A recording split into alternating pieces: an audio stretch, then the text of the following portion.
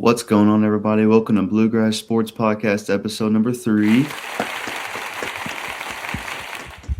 And today we're going to still cover all the sports that happened in the past week in the state of Kentucky. We're going to talk about Murray again. We're going to talk about EKU, WKU, Kentucky, and Louisville.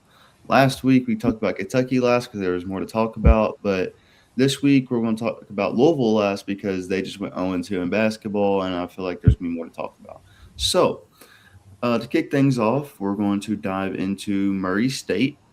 We're going to talk about their baseball team, and they had a game on February 24th, Tuesday, and they beat UT Martin 7-5, which would be a win for the Racers. As they dive into the weekend series, they played Mercyhurst in Nashville, Tennessee. They have another game today, but we're just going to cover what happened Friday and Saturday. So Friday, they took the win 12-4, and then they won both games Saturday 10-2 and 6-5 as the Racers look to play Mercyhurst again right now. They're about to start their game right now. So we'll keep y'all updated on the Instagram story on socials. So Murray State's looking to stay hot in baseball as they take on Middle Tennessee March 3rd, Tuesday.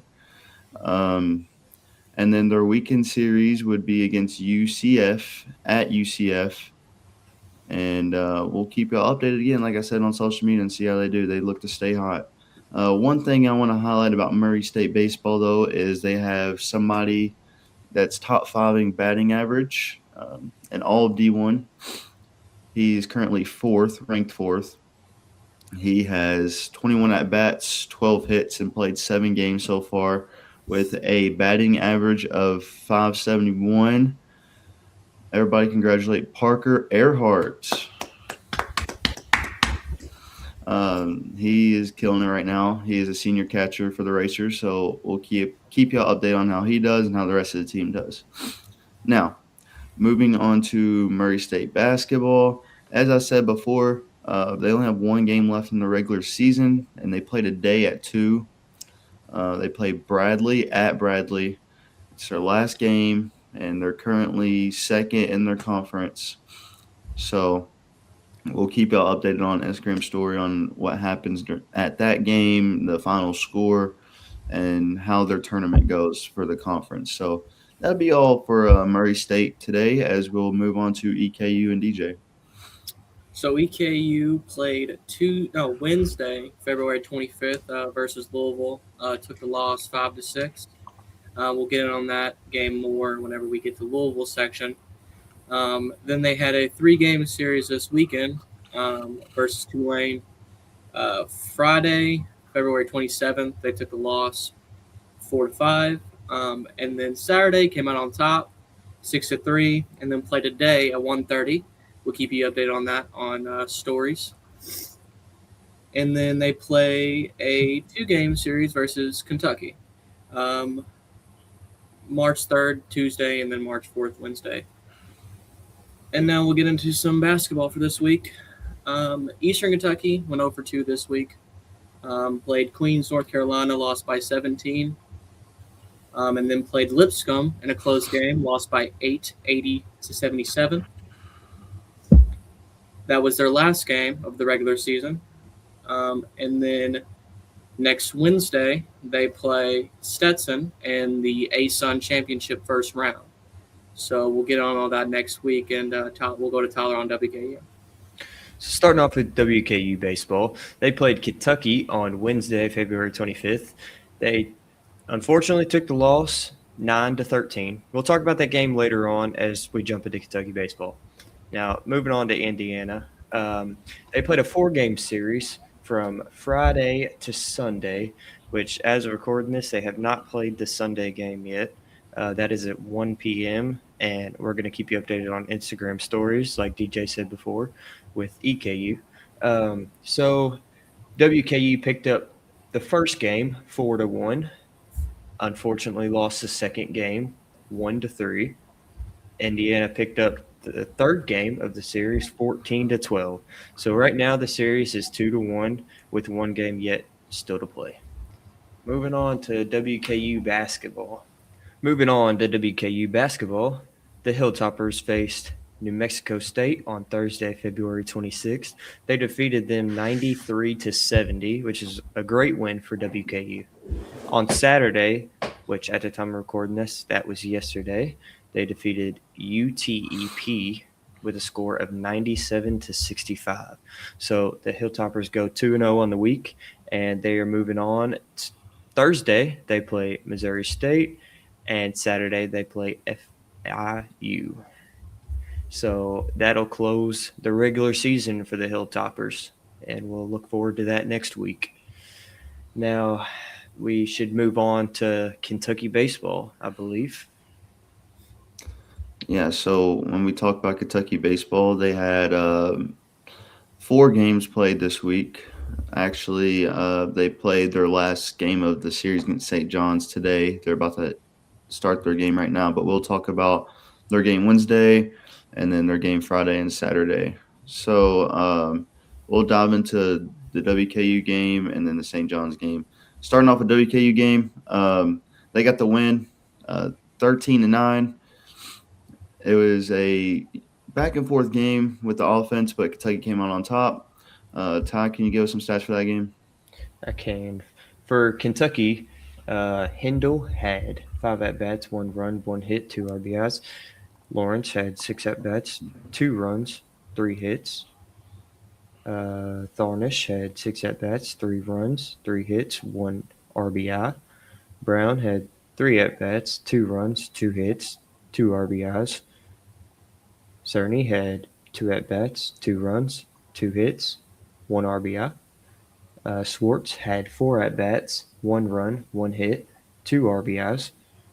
Jenkins had 5 at-bats, 1 run, 4 hits, 3 RBIs.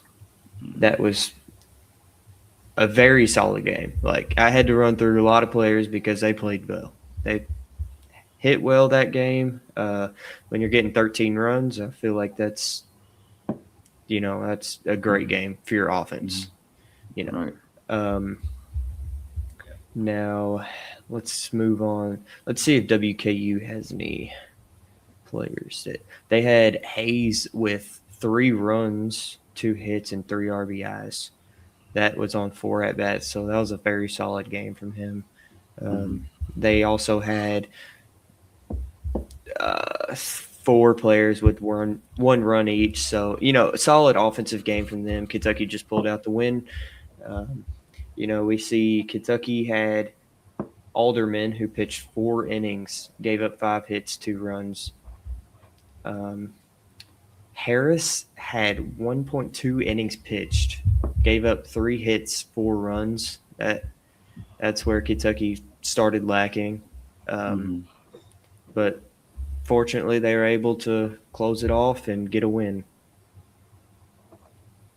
Now, should we move on to – we're going to move on to the series against St. John's now. So when they played St. John's, Kentucky won every game they've played so far. They played Friday, the 27th. The 22-ranked Cats took down St. John's 3-1. And then Saturday, they took on St. John's again, and they beat them 3-0 in a shutout. So, Ty, if you want to dive into some more stats and really talk about the pitching and how dominant the Cats were on the mound. Okay. Yeah, so we see Jelkin had 7 innings pitched. It was great game for him. He only gave up 2 hits and 1 run through 7 innings. That's what you need out of your pitching for Kentucky. Now, Bennett closed it off. 1 inning, 0 hits, 0 runs. Great closer. Great closing performance from him. Now, let's see the hitting stats. Thornish had 4 at-bats, 1 run, 2 hits. Cerny had 4 at-bats, 1 run, 2 hits, 2 RBIs. Henson had 2 at-bats, 1 run, and 1 hit. Those were the good hitting performances for Kentucky. It really looks like Kentucky's an all-around good offensive core, hitting core. Now, St. John's, they really only had one person who got a run, which was Aiden Frey. And, he had one hit, and he was able to get his run in. But that was really the first game of that series, and we can move on to the second game, which was yesterday on Saturday. So let's Well, they see won this. 3-0. It was a shutout. Yes. So Ben Cleaver pitched 3 innings, gave up 3 hits, but fortunately, no runs on that. Connor Madison, he pitched 4 innings, 2 hits, no runs. Jackson, I don't really. I'll figure out how to say his name and the next time he pitches, but right now I'm not gonna try it. All right, 2 innings pitched, 2 hits, 0 runs. Good closing performances to close out 2 innings from him. Let's see with the good hitting stats. We have Lawrence with 4 at bats, 1 run, 1 hit. Brown drove in. Sorry, he did not drive in a run. Brown had 1 hit and 1 RBI. Sorry, he did drive in a run. He drove in a run. He had 1 RBI. Henson had 1 run. Marcy had 3 at bats, 1 run, 1 hit. And those were really the good hitting performances for Kentucky. Now, St. John's didn't really have anybody that stuck out. Besides, their right fielder had 3 hits that game. He was not able to score any, which fortunate for Kentucky. So it seemed like they had a good hitter there. And unfortunately, they didn't have anybody behind them to hit him in. Now, at the time of recording this, Kentucky plays St. John's at 1 p.m. today. As we are recording this on Sunday, and we'll post that to the Instagram story if you want to find out that score. Yes, I feel like the Cats really needed these wins because of the couple of losses they had to start the season. They dropped one to Morehead State, and they dropped one to Evansville, as we talked about in the last podcast episode. So for them to come out and beat WKU, which was a really competitive team last year, and to come out and they already won the series, but potentially sweep St. John's, that's pretty big for the Batcats, looking to keep their ranking. And then next week they have EKU on Tuesday, so we'll cover that. And they also play EKU on Wednesday, so they play EKU twice. We'll cover both of those games. And then the weekend series, they play the Citadel, however you want to say that. They only have a baseball team, I'm pretty sure. This team's pretty unique. I could be totally wrong about that, but they play the Citadel Friday, Saturday, and Sunday for that weekend series. So we'll keep y'all updated on Instagram with the stories. And how do y'all think the Batcats will do? So let's start off with today. They'll close the series on St. John's. They play right now. Do y'all think the Batcats will win that game? And then do y'all think they will beat EKU? And do y'all think they'll beat the Citadel? I do. I believe that Kentucky will close off those games. Now going to EKU, we're just going to have to see how they play against a team like EKU. We saw how they played against Morehead State earlier in the year. With baseball, it's very up and down. So I feel like Kentucky has the probability to win this game or this series against EKU, but we'll find out. Yeah, I agree as well. I think they'll close out the game versus St. John's today, and then Eastern Kentucky. Eastern Kentucky is a very underwhelming team, especially going against a big team like Kentucky. I feel like Eastern Kentucky definitely will struggle.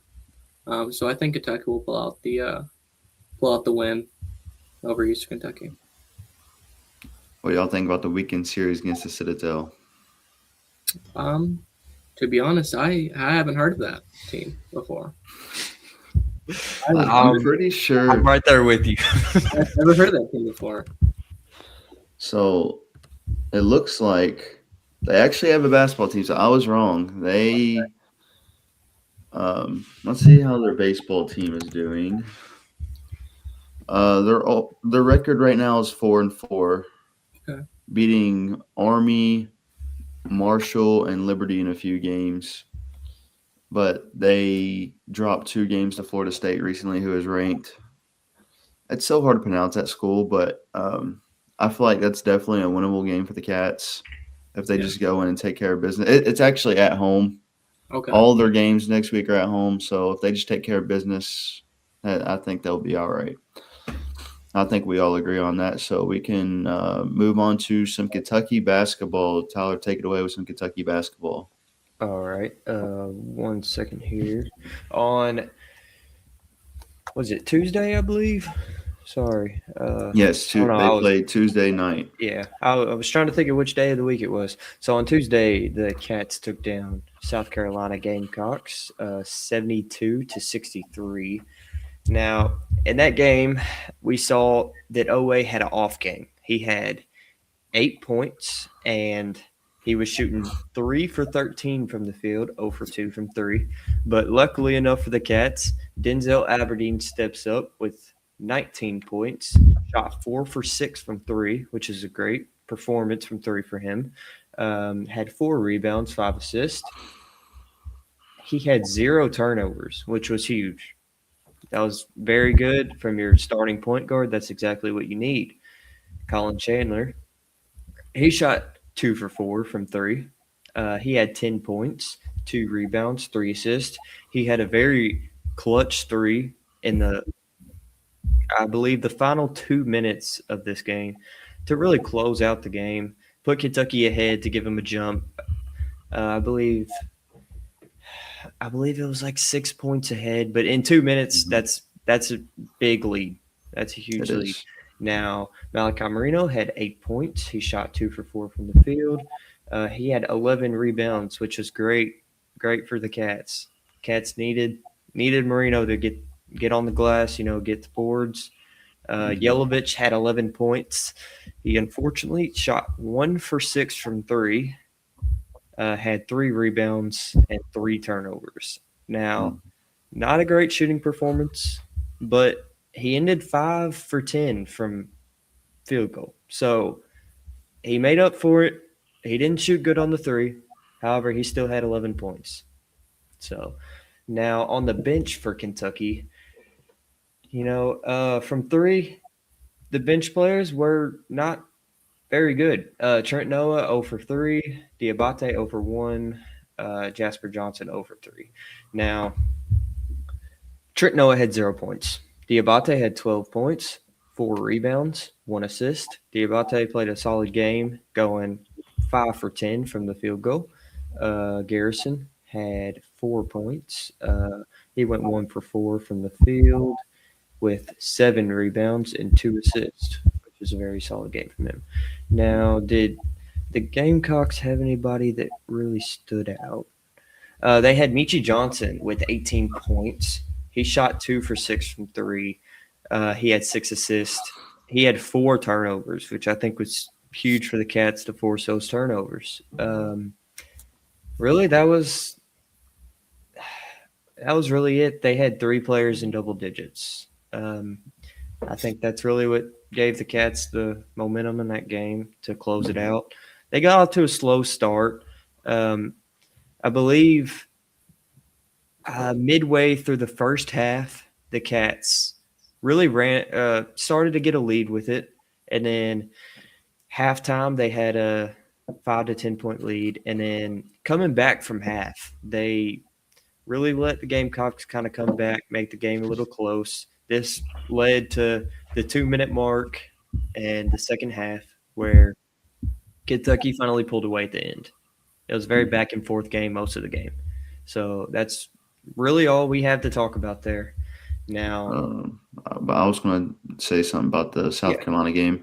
Yeah. I don't know if you mentioned or not, but Otega Owe, he had a 30-plus game streak of scoring at least 10 points or more. He only had 8 points, so that snapped a streak. That's pretty unfortunate for Cats fans and unfortunate for Otega Owe. I feel like as a Kentucky fan, you would be happy about this game just because they won after the rough week they had. But it's pretty unfortunate that it was a close game with South Carolina that at the time was probably like 12-14, 12-15. So you're wanting to have a better look at your team. You're wanting your team to play a little better, especially against a team like South Carolina. But I know Kentucky fans are happy with the win, at least getting back in the win column. For And- Kentucky, I have one thing to add to that. For Kentucky, I think it was very important that Denzel Aberdeen stepped up whenever Owe Yes. had an off game. I think that was very important for them. It shows what they can do heading into March. Today's March 1st, and it's getting closer to tournament time. It is.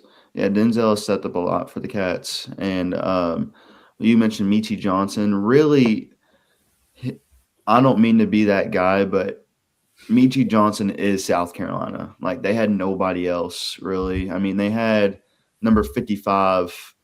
I think his name is Mike Shara Jamps. I don't even want to attempt to say that word, but everybody else didn't play. They had Elijah Strong with 11, but really it was just Meechie Johnson doing all the work. And if you watch that game, he was trying to do it all with the ball.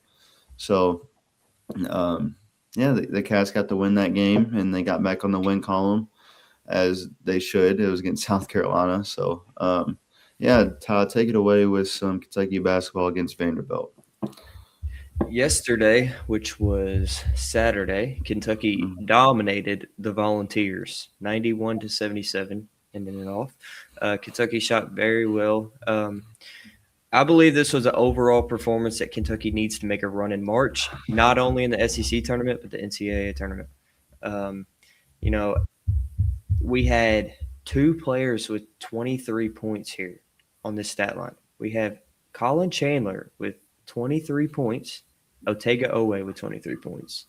Now, Colin Chandler shot 6 for 8 from 3. That's huge for the Cats.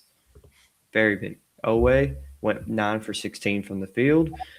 Marino had 11 points, 4 for 5 from field goal. Yelovich had 6 points, 2 for 3 from the field, 3 rebounds. Sorry, I forgot to mention that Marino had 6 rebounds. Moving on to Denzel Aberdeen. He had 15 points, 5 for 10 from the field, 3 for 7 from 3. Not the best shooting performance from 3, but still solid. That's, I think it's good that he has the confidence to go out and take the shots because we know that he can make them. 4 rebounds, 4 assists. I think the assist totals need to be up for Kentucky to be a very good team in March. And this game was very important as we see 5 assists, 2 assists, 4 assists, 4 assists, 1 assist. I think that's a pretty solid assist total. 16 assists for the game. On the bench, Trent Noah only had 6 minutes, 0 across the board except for rebounds. He had 2 rebounds. Diabate had 24 minutes, 8 points, 1 for 3 from the field. He had 4 rebounds. He had 3 steals, too. I think that's very important to mention. Garrison had 2 points, shooting 1 for 2 from the field, 2 rebounds. Jasper Johnson had 12 minutes, 3 points, 1 for 2 from the field, 1 for 2 from 3, 50% from 3. I think that's good for him. Obviously, he doesn't get as many minutes as some think he deserves. But is that how you feel? How do you think Kentucky fans should look at Jasper Johnson moving forward? It's hard to I think it's hard to tell because Jasper Johnson, I think he needs to get slightly better on defense for Kentucky to give him more minutes. Jasper's the type of guy where he'll go out and create his shot, which I think Kentucky needs to keep that in mind later. He shoots with confidence, which is key to a successful basketball player. You have to have confidence to go out there and make your shot. I think Kentucky fans would be happy if he stayed around for another year or two. Let him develop more because he's kind of still in that freshman year mode of trying to take over like he did in AAU. You got to realize that doesn't work all the time. I think there's a lot of ceiling for Jasper Johnson.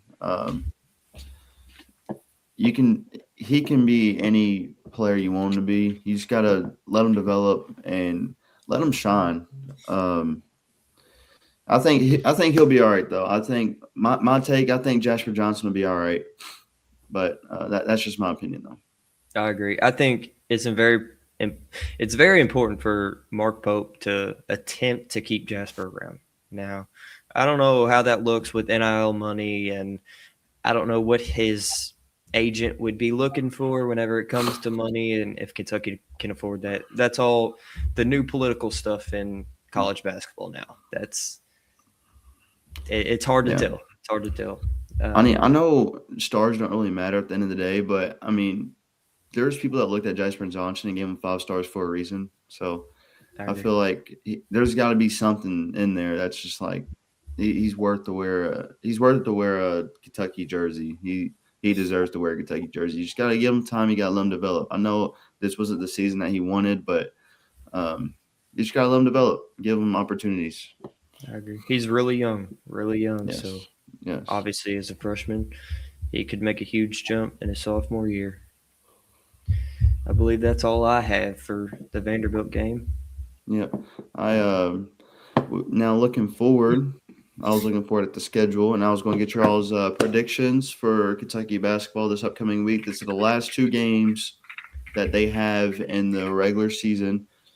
The first game they played Tuesday against Texas A&M, a road game against a gritty Texas A&M team, and then Saturday they play Florida at Rupp Arena. So they got 2 games, 1 road, 1 away. My prediction, I don't know. I hope I'm wrong. I want to say 0-2 because Texas A&M, that's a rowdy environment, especially it's a late game Tuesday night. I don't know. With the way the Cats are playing right now, they kind of have the 3-headed monster going with Owe, Chandler, and Denzel Aberdeen. You know what? If they did win a game, I would say A&M. I think they would win the A&M game. I doubt they beat the Florida game just because Florida's so hot right now. But my take, I think Kentucky's going to go 0-2 in this week. What do you guys think about Kentucky basketball this week? How do you think they're going to do? DJ, I'll let you go. Personally, I'm thinking 1-1. I think y'all win the game. I think the Cats win the game versus Texas A&M. And I think Florida goes on a Rupp Arena and wins again because Florida's a very tough team. Their players are amazing, and obviously we could tell from the last game that, they're very, very dominant. They got 2 dominant bigs, and their play style is beautiful, is poetry in motion is how I would describe Florida's play style. And but I do think it would be a rough game going into Rupp though. The amount of the fans and we talk about stadium pulse here in Rupp Arena, which is I think Kentucky has one of the greatest what would you call it atmospheres. Yeah, atmospheres. I think Kentucky has one of the greatest atmospheres. So I think Florida going into there, I think Kentucky could pull it out, but I do think it finishes 1-1. What do you think, Todd? I'm gonna make a hot take. I'm gonna stay optimistic, and Kentucky is going 2-0 this week. Wow, Kentucky's very different opinions. Okay, Kentucky's gonna go on the road against Texas A&M. Mm-hmm. It's gonna be a dog fight, and they're gonna close it out and take the win on the road. Mm-hmm. They're gonna come home with momentum, and Kentucky is gonna take down the Florida Gators at home to close out regular season. That's going to give them a big momentum boost into the SEC play. So right now, looking at the SEC standings, we got Florida's first overall. They're the best in the SEC with a 12-6 record, 14-2 conference record. Kentucky is fifth in the SEC right now with a 19-10 record, 10-6 conference record. And then A&M is ninth in the SEC. They're 19-10 overall, but here's the thing. Since it's a home – this is why I say Kentucky might lose this game just because of how they played last week. I know they've gotten a little better the past 2 games, and they're kind of hot right now coming off the Vanderbilt game. but Texas A&M is 13-4 at home this season. They don't lose much when they're playing in a white jersey. So that's why I said what I said about Kentucky probably going 0-2 this week. But we'll see. After these next two games, the Cats will be in the SEC tournament. We'll keep you updated on what seed they get. Like I said, right now there are 5 seeds, so more than likely they'll play on that Thursday, March 12th. So we'll keep you all updated. And I think that's about it for Kentucky basketball. If anybody else has any other things to go over. I think we're good to move on to Louisville. All right, so moving on to the Louisville Cardinals. It's been one heck of a week for their sports program, basketball, really. DJ, take it away with some Louisville baseball. How did Louisville baseball do? Did they win some games? And talk about some stats. Who stood out in those games? Well, coming off from last week, going 2-2 last week, obviously facing a ranked opponent our last game last week versus Auburn, number 5, losing that game. Coming out of that week, we faced EKU, the 25th on Wednesday. We ended up taking that W, 6-5. Some notable talents from that game were. We had Tag Davis, 1 for 3 with a run. Jack Sissel DH'd 2 for 2 with 2 runs and 2 RBIs. Putting the bat in play these past couple games. Jimmy Nugent went 3 for 4 with 3 RBIs. And for the mound for the Cards, Jake Schweitzer got the win on the mound. But Louisville actually pitched 6 guys this game. Peter Michael, Jack Schweitzer, Ty Stark, Colton Hartman, Jack Brown, and Aaron England to secure the win.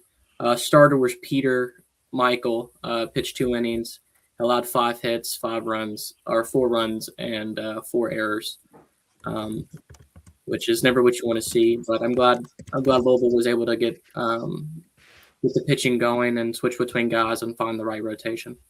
Mm-hmm. And then carrying on to the next games, Louisville has a 3-game series versus Central Michigan. Third game is today, plays at 1 o'clock. Let's get into the other 2 games. Louisville won Friday the 27th, 16-2. Ended in 7 innings. So it was a very quick game for Louisville. Notable hitters for Louisville this game. Alex Alicia, 2 for 5, 2 runs, 3 RBIs. Lucas Moore staying hot, 1 for 4 with 2 runs and 2 RBIs. Tag Davis, really hot, 3 for 4, 3 runs, 3 RBIs. Griffin Crane, 2 hits, 2 for 3 with 5 RBIs. Big. And then for the pitching for this game, Louisville brought out 3 pitchers. Started with Ethan Urbil. Sorry if I'm pronouncing the name wrong. But he pitched 5.2 innings, allowed 5 hits with 2 runs, 2 errors with 3 walks, and then closed the game was Cayenne Voister. Sorry if I'm botching these names. I'm sorry. And then we go into the second game versus Central Michigan, where they went on to win 9-8 in a close battle towards the end. And some notable hitters from that game were Alex Alicia, again, 2 for 4 with 2 runs. Teg Davis, 2 for 4 with 2 RBIs and a run. Jack Sissel with 1 for 4 with 2 runs and 2 RBIs. Bayram Hott with 2 for 3 with a run and 3 RBIs. Griffin Crane with another 3 hits. Kentucky was just able to drive in a run off an error. Oh, sorry, I'm paying attention to the Kentucky game as you're talking because you know I have to pay attention to Kentucky. But sorry, I just had to throw that in there. Oh, Bottom of the first. Here we go. There you go, Cats. Wyatt Deano gonna need help on some of these names here. Louisville is out here pitching some guys with some extensive last names. Okay, all right. What we're gonna do off camera, we're gonna go through and talk about all these names and sound them out, and we're gonna find out the correct terms. We're gonna find out the rest. We're gonna make DJ sound it all out. And we promise to try our best to get the players' names right. Try our best. Now, we cannot guarantee it, but Continuing on, Wyatt went through 4 innings, allowed 4 hits, 3 runs, with 3 errors and 4 walks, and then Ty Stark, Jake Schweitzer, Kason Murphy, and Brandon Shannon came in. Brandon Shannon came in to close it out, pitched 3 innings, allowed 2 hits, 1 run, and an error. But glad he got the closeout win for this game. Today, they are actually playing. Louisville's playing right now versus Central Michigan again at Jim Patterson Stadium. So we'll keep you guys updated on that when that carries on. Their next game is an in-state game, Morehead State, March 3rd. That's a Tuesday. And then this next weekend they play Seton Hall in a 3-game series. Well, DJ, let's get your predictions first before they hear me and Ty's. So, obviously, you know that Morehead State beat Kentucky baseball in a weekday game already this year, and Kentucky is ranked in the top 25. This is at Jim Patterson Stadium, but Morehead already traveled to Kentucky Proud Park and beat the Batcats. So, how do you feel about this Morehead State game, and who do you think will come out on top? Question: Kentucky's game versus Morehead, was that a 1 game?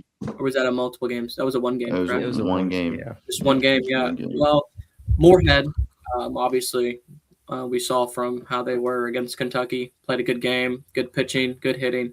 I think it's gonna be a battle. Obviously, both teams.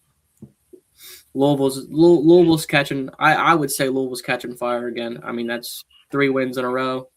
Mm-hmm. Let's hope they keep it up this week. But Morehead's still going to be a tough game. They showed what they could do against Kentucky, but I think Louisville will pull out the dub. And then going on versus Seton Hall, not a ranked team, but also it's baseball. Anything can happen, and it's a weekend series, so it's just a battle of the pitchers at this point. Who has the better rotation. So you do think Louisville will take Morehead State, and do you think they'll win the series against Seton Hall? I think they'll win the series at least 2-1, at least 2-1. Yeah, I'm right there with you. I do think they'll beat Morehead State. I know Morehead State beat Kentucky, but I don't think Louisville will lose that game. I think they will. I think they will win the series against Seton Hall. Seton Hall might still 1 game, but I'm pretty confident Louisville will win at least 2 games for that series. Ty, what do you think? Well, I think Louisville will pull off all these wins, honestly, because we look back and Louisville's taking the win and all their expected wins, like expected victories, they've taken them. And I think that'll continue to be a pattern throughout the year. I really do. I think this Louisville team is very good. And as we see, I'm really interested to see how they play against like Notre Dame coming up in a few weeks. But yeah, I think they'll take all the wins. Morehead State, I think they'll take all 3 games against Seton Hall. That's my prediction. Well, we'll keep y'all updated with final scores and how the Cards are doing when it comes to baseball. But now we're going to dive into some Louisville basketball. There's a lot of frustrations in the city and the Louisville fans throughout the state and the Bluegrass of how the Cards have been performing this past week. So they went to Chapel Hill and they went to Clemson, and they dropped both of those games. It's not what you want to see out of Cards fans, especially after they have 20 wins and they have less than 10 losses. So, DJ, why don't you dive into the North Carolina game and let us know who did what in that game? So, North Carolina obviously took the dub over the Cards 77-74. With a big game by Seth Trimble on North Carolina. Had his career high 30 points and clutch free throws with the last 12 seconds of the game, which solidified the win for North Carolina. For the Cards, Mikael Brown had 24 points, Conwell had 23, and Hadley with 14. And other than that, nothing. Isaac McKinley going 0 for 5. Can't have that.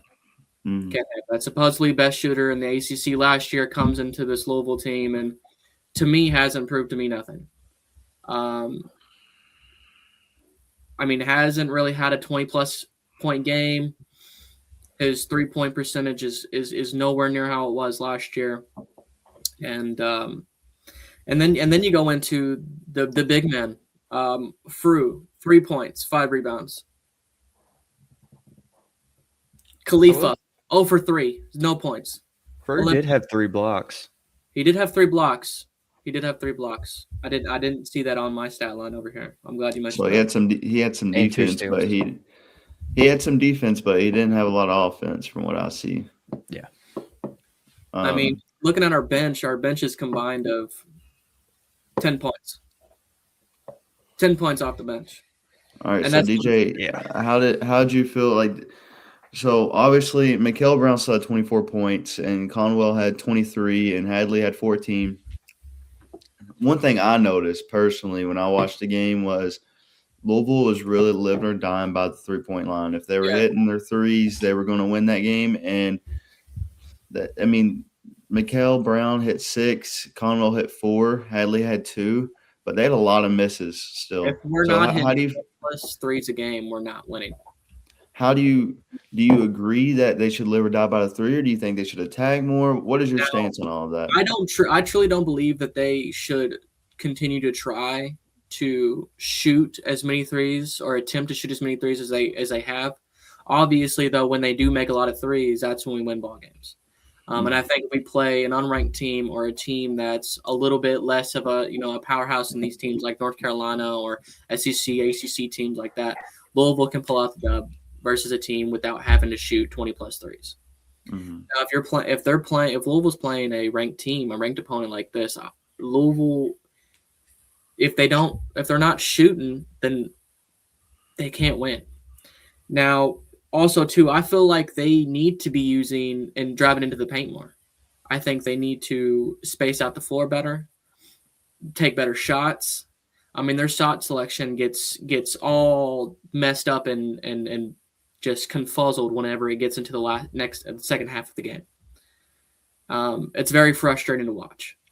And especially with a lot of the mistakes. 10 turnovers this game, 3 from our center. You can't have that. It's obviously never going to win a ball game. Mm-hmm. So, Tyler, what do you think about that game? Well, from what I saw, I watched this game, and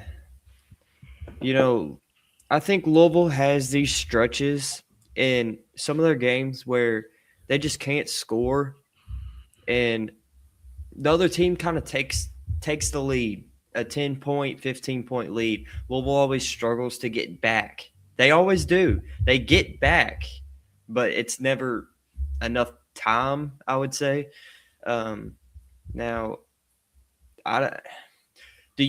the question is, do you make adjustments and stop shooting threes? Do you try to do more pick and roll action? What's the move here? What's Pat Kelsey thinking? That's what I think, because they play great. They're a great team. It's just they have those small stretches where they just can't have that. They had it against North Carolina. They had it against Clemson too. We'll talk about that later, but I had to just mention that. That's really what I think is the main issue. I think maybe you call your timeouts a little bit sooner. Maybe that's the key. Yeah. What do you think? What do you think, DJ? Yeah, I agree. I see a lot, obviously, whenever Louisville has those spurts of not scoring and allow the other team to get on a 10, 15-0 run, and it brings us back down. And from what you were saying with Pat Kelsey, I feel like as a team, obviously when we're hitting the shots, obviously you win the ball game. But what are you going to do when you're not hitting? what kind of game plan you got to change mid-game. Be like, hey, my guys aren't hitting. What do I need to do now? Do we need to attack a different way? Do we need to, switch formations or just try new things? I mean, I feel like if you're watching your team missing a lot of shots from three and a lot of shots from range, and you're not going to go in and attack the basket after that, I feel like there's something wrong. Was this Louisville team recruited strictly for 3-point and rebounding? I mean, as you can look and see, I mean, yes, Mikal Brown, Isaac McKinley, Conwell, all great 3-point shooters from their respective colleges and high schools. But, I mean, and we play small ball. Louisville plays a lot of small ball. Louisville is a very small team. The starting center is 6'11". Other than that, it's 6'8". Gotcha.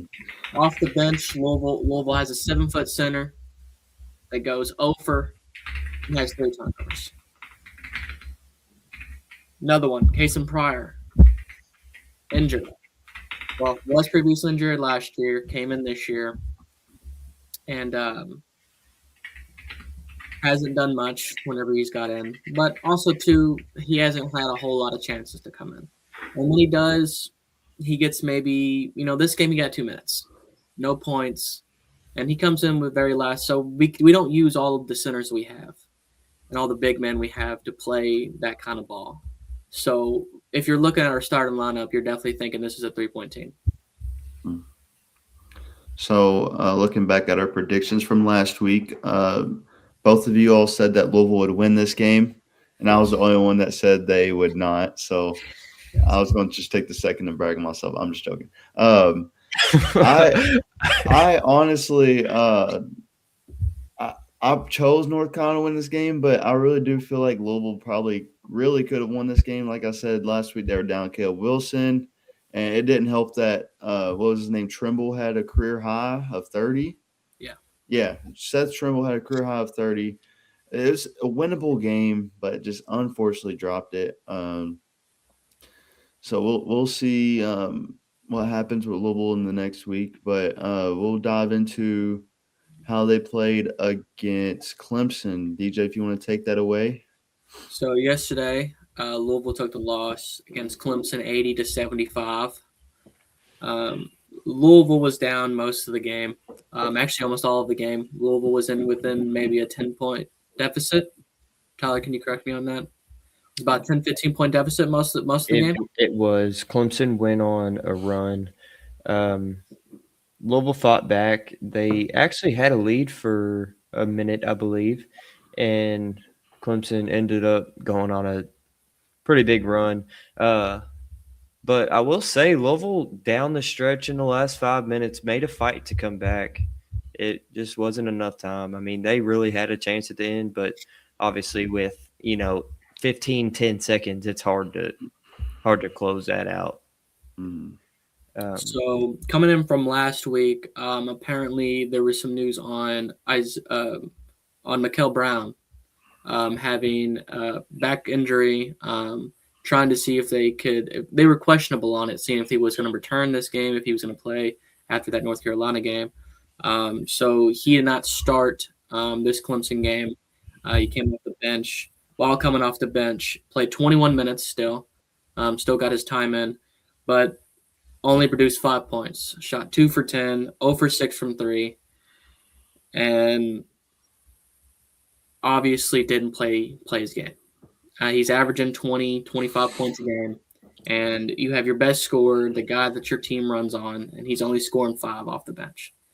Other than that, we have Conwell, 15, Woolley with 17, Frew with 10, and Hadley with 12. McKinley had 6, another underwhelming game from him as well. He went 2 for 7 from 3. Obviously, like I said last game, he went 0 for 5 last game, 2 for 7 this game. Kentucky's now up 2-0 as Kentucky drove in a run on a single. There we go. Just giving slight updates whenever they score and, if it's, whatever. We appreciate that, yeah. Anyway, moving on. And I'm going to complain again about Louisville centers. Now, I will say Frew did play his game.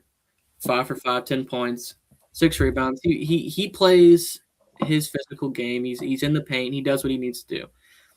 Frew is a very good player. I'll say very improved from last year, and he plays good ball with being 6'11". I mean, obviously there's guys taller than him out there. He matches up against them pretty well. But off the bench, we just have no one. Louisville just has no one to replace him. What I'm starting to notice is that Louisville is lacking offensive rebounds, like pretty bad. Big time. It's And it's bad. if you're watching some of the positioning that we have that Louisville has their guys in, I mean, you're watching them box out for these rebounds, and it's like they don't even give an effort to go for the ball. It's like easy plays, like Mikael Brown. I've seen him do it in multiple games too in the past, earlier on this season, which easy boards that he could have went for, but he didn't go for it. And then they go down and score. So we're losing a lot of points on not getting offensive rebounds. What I've kind of noticed, like the past, 15 years of watching college basketball evolve into the 3-point, you need offensive rebounding because you're going to have off days where you miss. And when you are a heavy 3-point shooting team that doesn't have many offensive rebounds, that's where you're going to have that up and down through the season. That it's when you're hitting, great. You don't need the offensive rebounds because you're hitting your shots. When you're missing, you need your offensive rebounds. You need those rebounds, yep. I think that's where Louisville needs to recruit maybe a little bit more on the rebounding next year. I think that'll be very important for them. So I like to look at different fan bases after they lose a game to see everybody's reactions. I like to see the overreactions, and I like to see the people with sense reactions. I couldn't tell if this was a overreaction or people with sense actions. So a lot of people were talking about Frew and just talking about Louisville's bigs in general and how much they got bullied this week down low. Would you all agree with that statement on they got bullied, and how do you think they could fix that? I mean, I think end of the season, it's a hard thing to fix. Ship's already sailed for that. But I do feel like a lot can be improved upon. Obviously, positioning, getting your guys in better positioning to grab a board instead of everybody wanting to rush down and score a bucket. Louisville plays a lot of fast pace offense. Our front court likes to run down the court. A lot of fast breaks. Louisville's very good at that. But it doesn't give enough time and enough people down in the paint to obtain boards.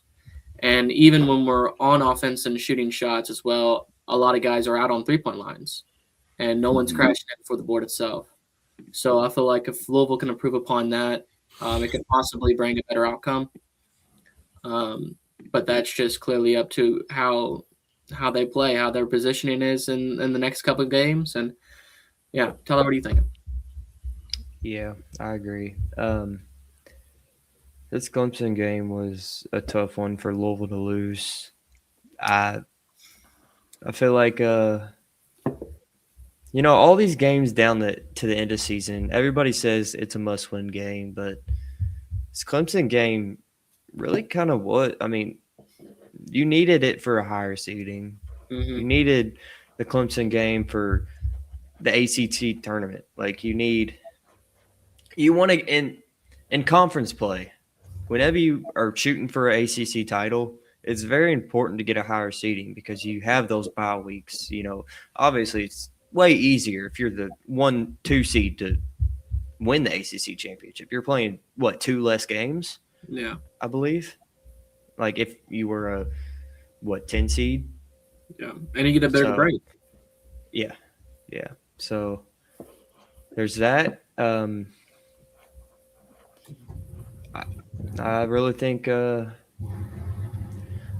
really need to beat Syracuse.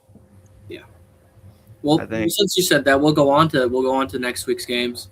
Okay. What do you all think about Louisville plays Syracuse Tuesday, and then they go on to play Miami Saturday? What do you guys think about those games? Do you think it's coming out on top? So my prediction, I think Louisville. I know I say 1-1 for Louisville all the time, but I really do think they'll go 1-1. I think they'll beat Syracuse for sure. It's at home. I don't think.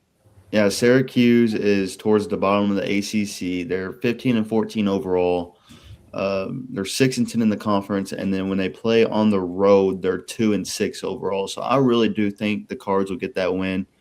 They should be at home and take care of business, but I do believe that they're playing on the road against Miami. I think they might drop that one just because the way the Louisville's playing right now, and right now Miami is third in the ACC. They're 23-6, led by Jay Lucas, which is a really good head coach, by the way. And at home, they are 15-2 on the season, and they're 12-4 in the conference. So I think Miami is a pretty solid team. They have a really good resume going into March Madness. So I think that Louisville, just because of the way they're playing right now, I think Louisville drops that game, but I think they beat Syracuse. What do you guys think? TJ, you want to start it off? Yeah, I'll go ahead and start it off. I think Louisville takes out Syracuse at home. Like you said, Syracuse is not a dominant ACC team. They're low on the spectrum, 15-14. I think Louisville comes out on top of that game and comes in hard next week versus Miami. But since it's at Miami, Miami is a great team. I do think Louisville will fall to Miami last game of the season. Herbs. Ty, what do you think? I believe Louisville's going to go 1-1. It's hard for me to say whether what loss they're going to have because I'll give these two scenarios. Say Louisville loses to Syracuse.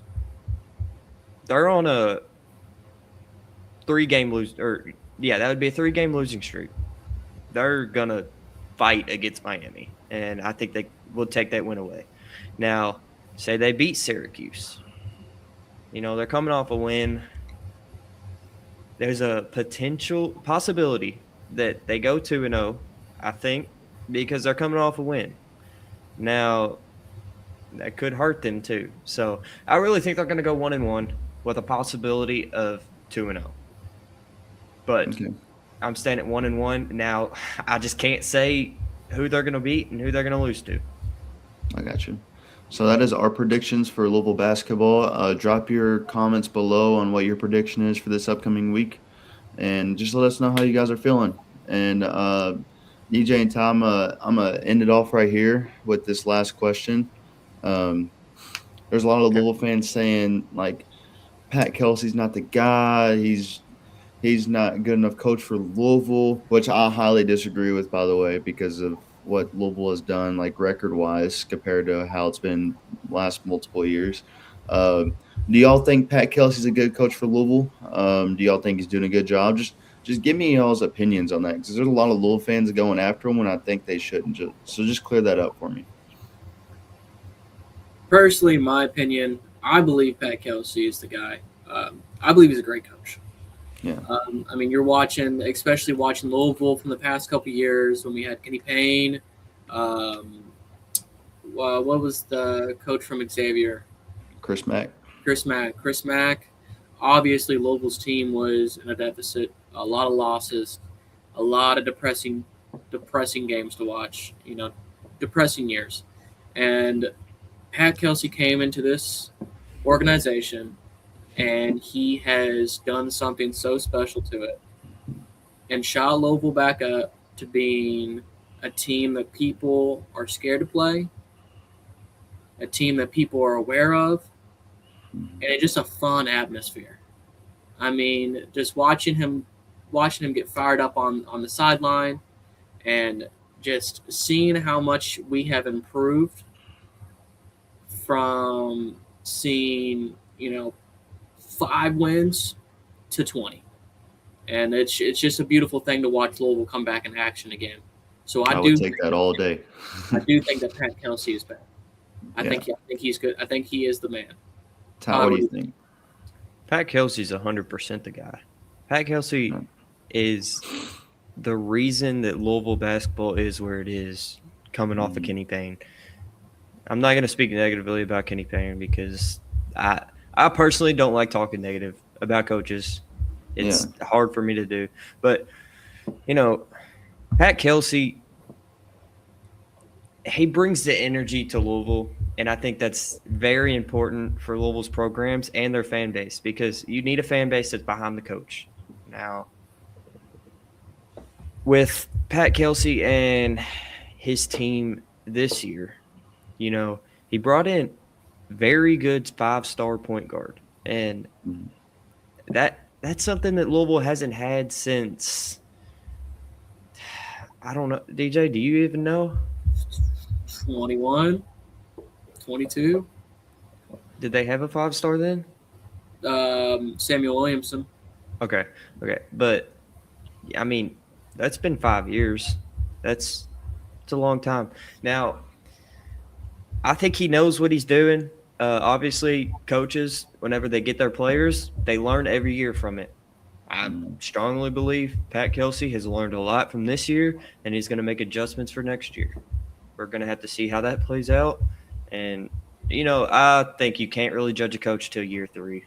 Unless that coach has drastically lost games that, you see no improvement or potential. I think that's where you should cut off a coach, but Pat Kelsey is far from that. Yeah, I agree with you. So, my opinion, I didn't even want to. I think this is just ridiculous to talk about. I think there's no point in talking about it. But the reason why I brought it up because there's so many Louisville fans talking about Pat Kelsey right now just because he had a bad week. And you got to realize the guy brought 20 wins for your program. He brought the energy back. Just got to calm down a little bit. It's just 29 record overall, and the Cards are 14-2 at home. That really proves, like, at home, like, they're bringing the atmosphere back at the Yum Center when teams used to walk in there, take over the stadium when Kenny Payne was there. Now you're winning 14 games in a season there, which is really good. Just what would the Cards struggle with is that they are 3-7 on the road and 9-7 in the ACC. So when their non-conference schedule is fine. It's just Pat Kelsey. He was coaching at a smaller conference. This is his first big coaching job. So this is year 2 of him settling into the ACC. You can't be calling for his head after he just revived your program. I think that's just wrong. I think it's ridiculous, but I just wanted to bring that up about Pat Kelsey. I think he's a great guy. I think he's a great coach, and I think he's going to do great for the Cards the next few years. But that is all I have for this podcast. If y'all have anything else y'all wanted to add. I think I'm good. All right. Well, just look forward to on social media. We'll be posting final scores, reels, and highlights. It is at BG Sports Podcast. We have Instagram, X, TikTok, and we just added Facebook now, correct, Ty? Yes, we did. Now that page is a little hard to find. We're going to make a post on there to try to spread the page. We'll see it. It's going to be BG Sports Podcast. Bluegrass Sports Podcast is the full name of the Facebook page. So you should have that little logo like it is up in that little corner. Yes. Okay. Yes. So just find us on social media at BG Sports Podcast. And thank you all for tuning in. Like I said in other podcasts, it means the world to us. And we hope you all have a great rest of your day. Thank you for tuning in.